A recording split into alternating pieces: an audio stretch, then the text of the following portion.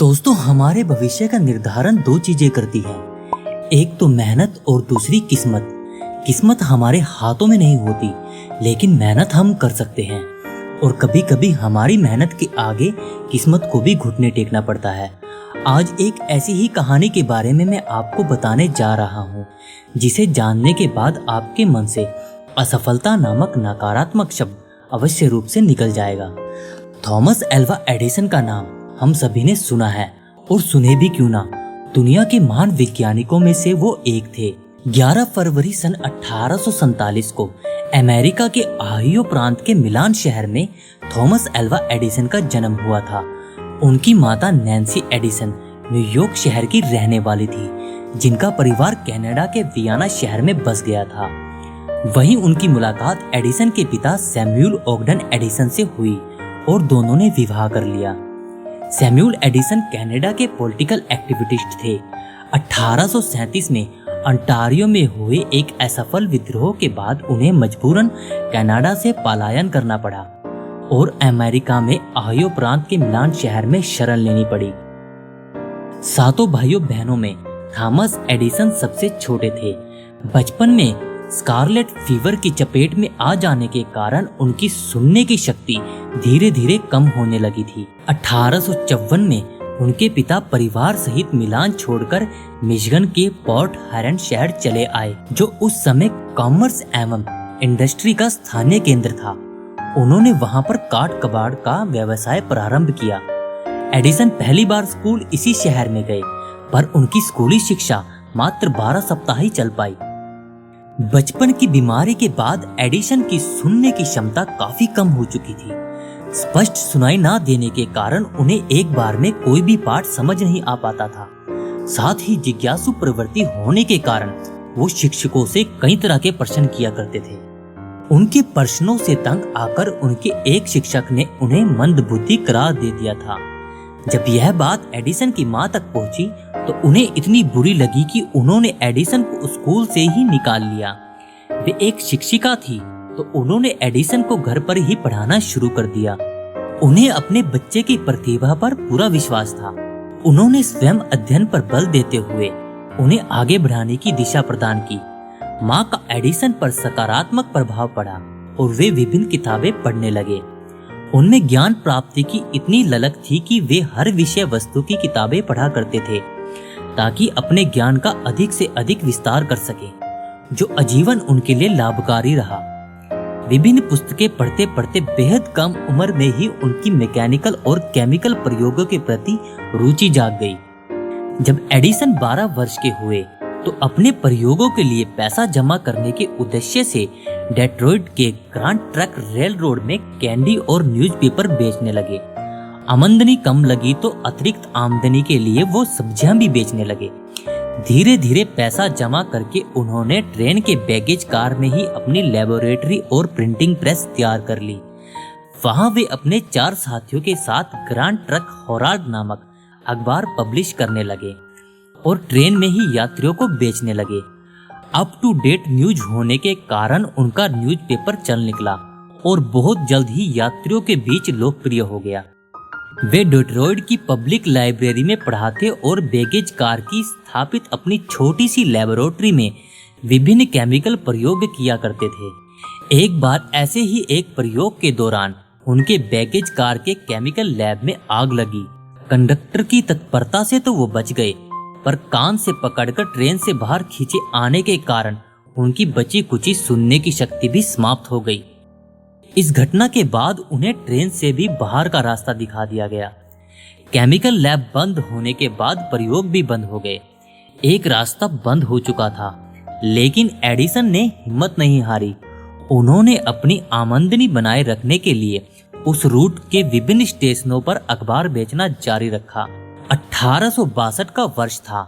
एक दिन अपने रूट में अखबार बेचते समय एडिसन ने देखा कि एक 3 वर्ष का बच्चा ट्रेन के सामने गिर गया है।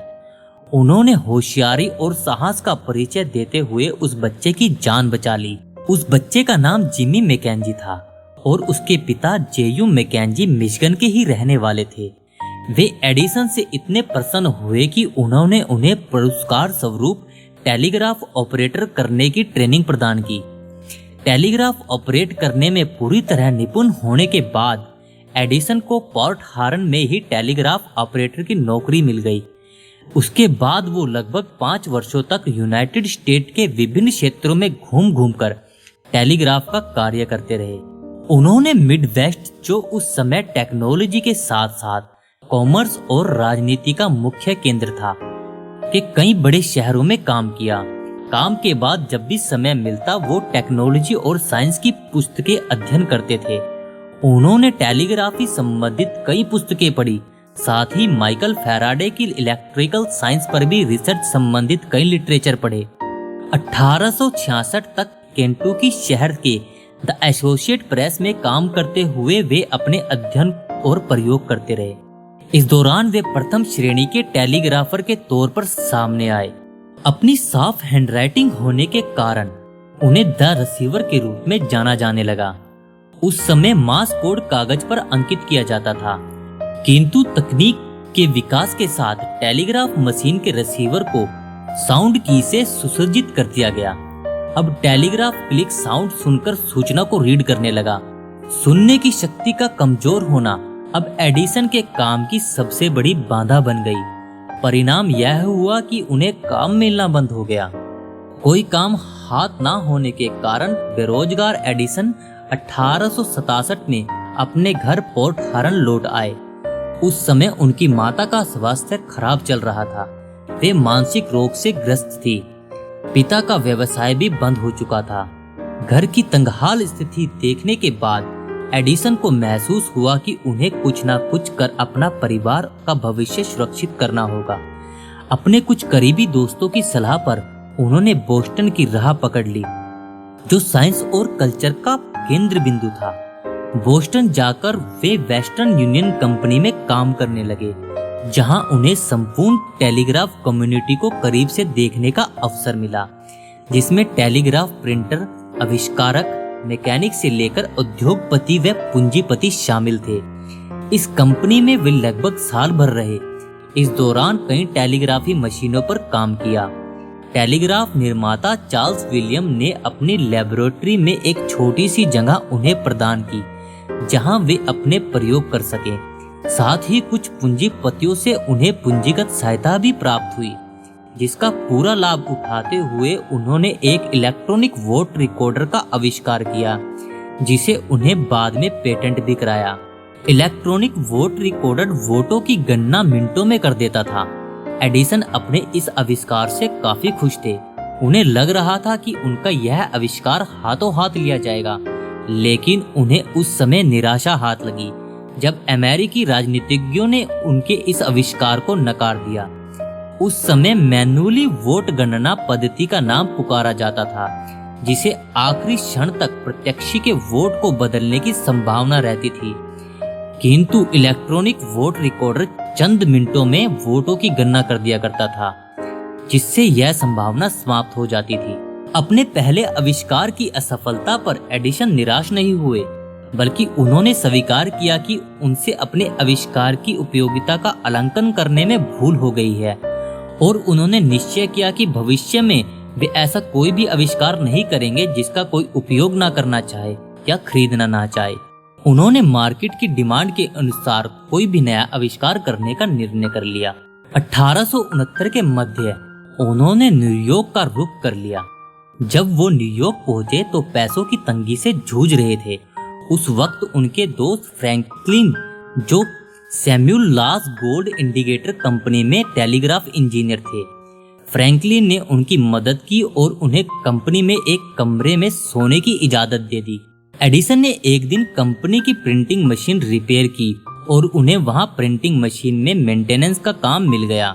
कंपनी में काम करने के साथ साथ उन्होंने अपने प्रयोग भी जारी रखे और न्यूयॉर्क में अपना पहला आविष्कार स्टॉक टिकर मशीन का किया।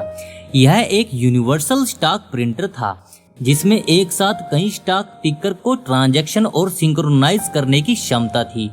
गोल्ड स्टॉक टेलीग्राफ कंपनी ने उनके इस आविष्कार से इतने प्रभावित हुए कि $40,000 में उनसे इसके अधिकार खरीद लिए।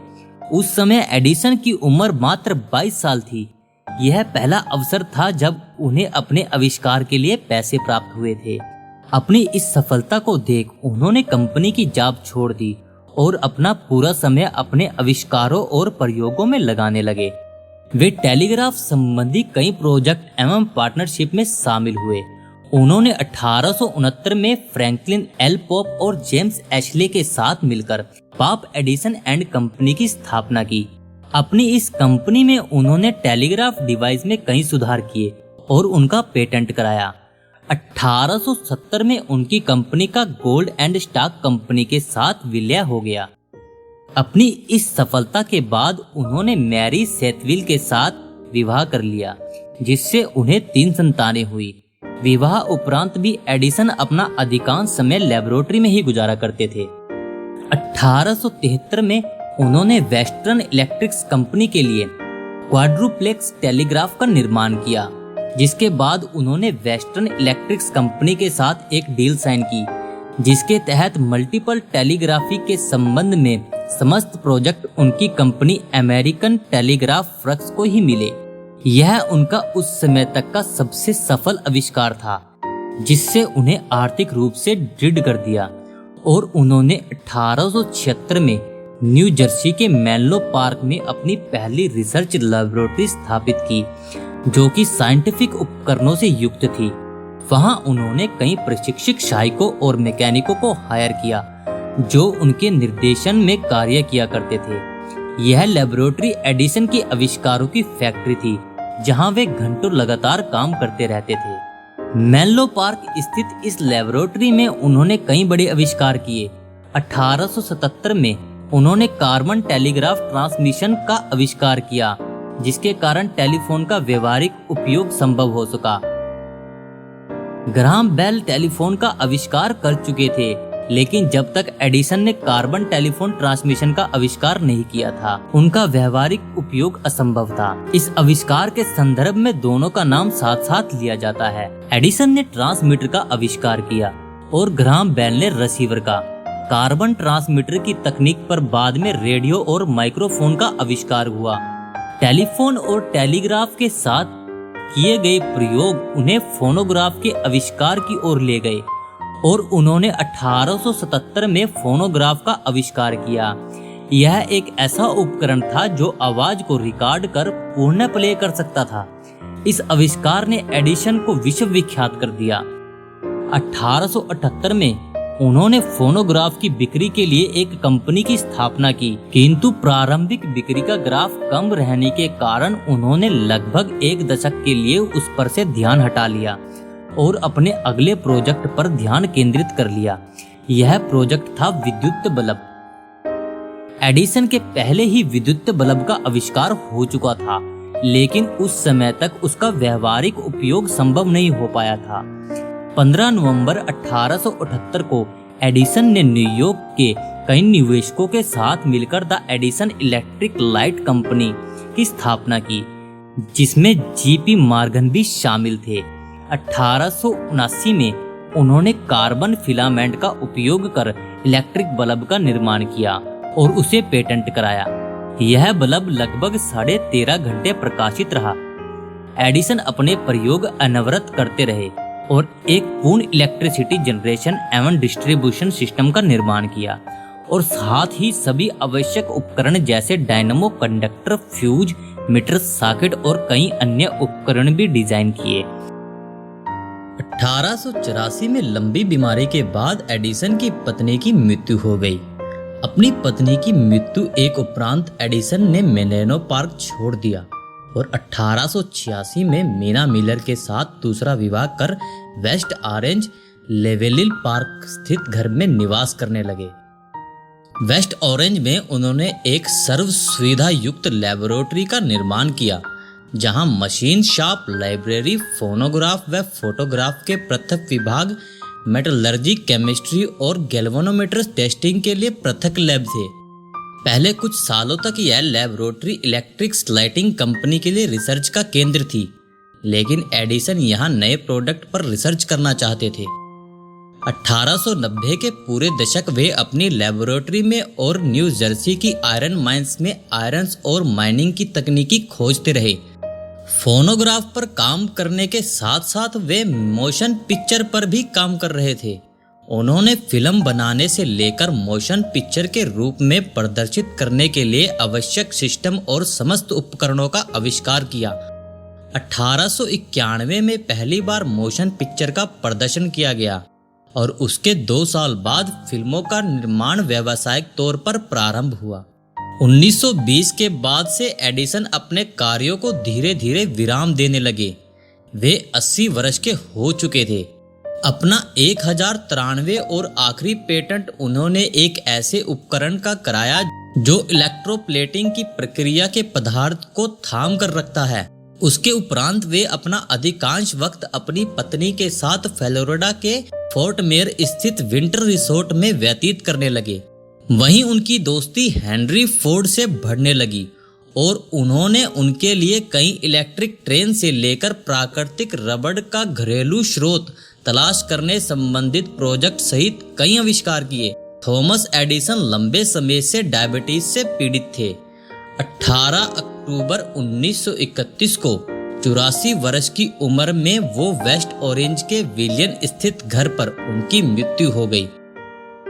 अमेरिका को विकसित राष्ट्र और महाशक्ति बनाने में एडिसन का बहुत बड़ा योगदान रहा।